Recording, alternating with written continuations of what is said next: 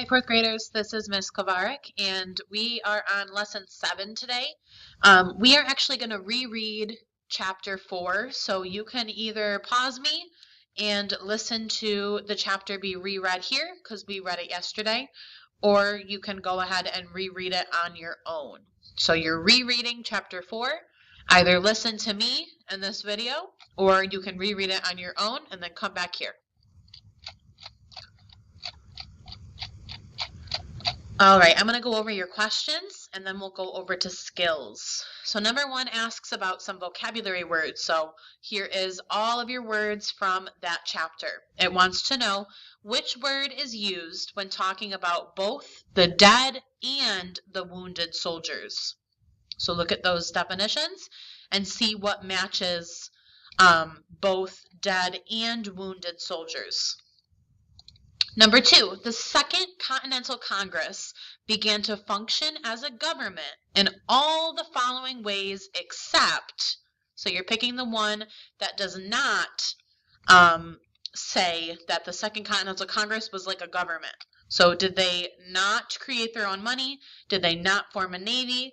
Did they not set up a postal service? Or did they not agree to form an army? So which one was not true about the Second Continental Congress?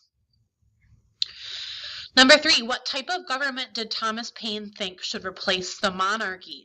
So we're going to restate. Thomas Paine thought blank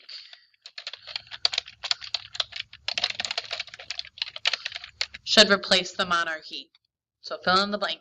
Go back into the text, look for the section about Thomas Paine, and look for what type of government did he feel would be better for the United States.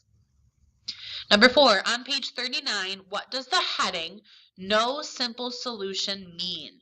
Support your answer with evidence from the text. So we're going to scroll back up to 39. The page numbers are on the bottom.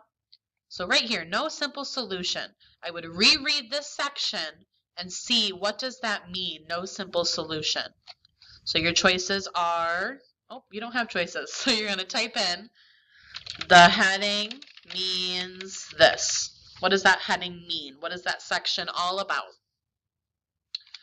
All right, the next section says to choose the correct word to complete each sentence. Use the glossary to check the meaning of words as needed. And again, here's your glossary for this chapter. All of the terms are here. So number 5 says members of the Second Continental Congress appointed blank as representatives to foreign countries. So which of these words talks about people that go to foreign countries?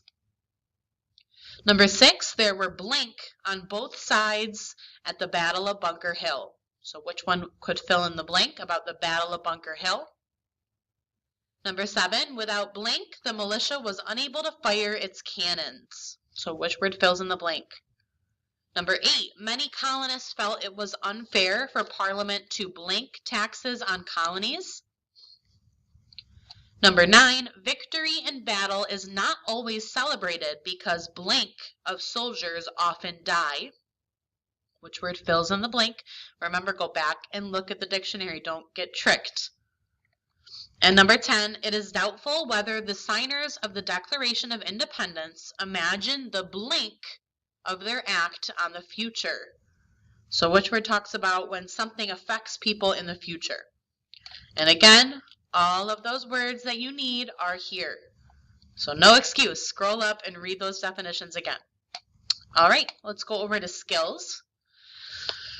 So it says, use this chart to plan your writing for today.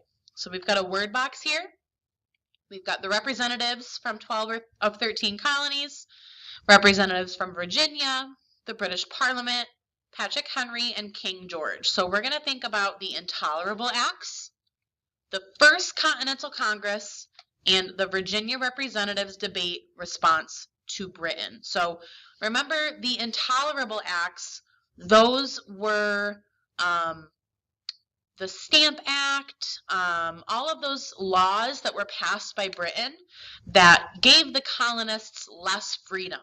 So they were mad because they didn't have any representation in government, but the British Parliament was passing all of these laws that affected them.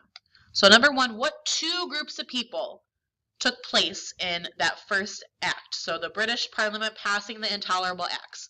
What are the 2 groups of people that are involved in that? Number 2, choose the group of people that took place in the First Continental Congress.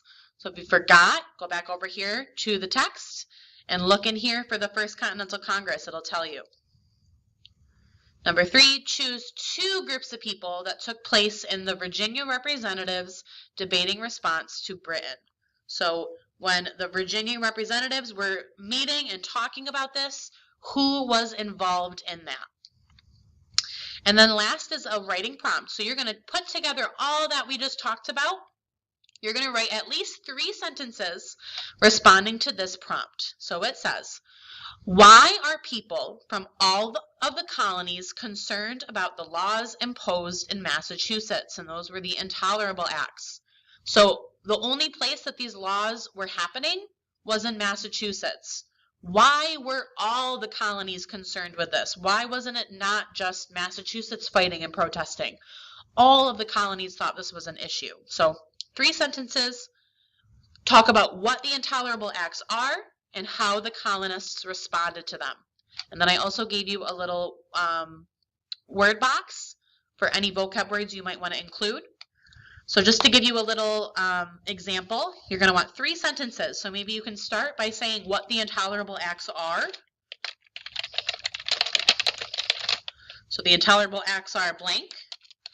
Your second sentence can talk about how they responded to them. So what did they do? And then the last sentence can talk about why the other colonies were concerned.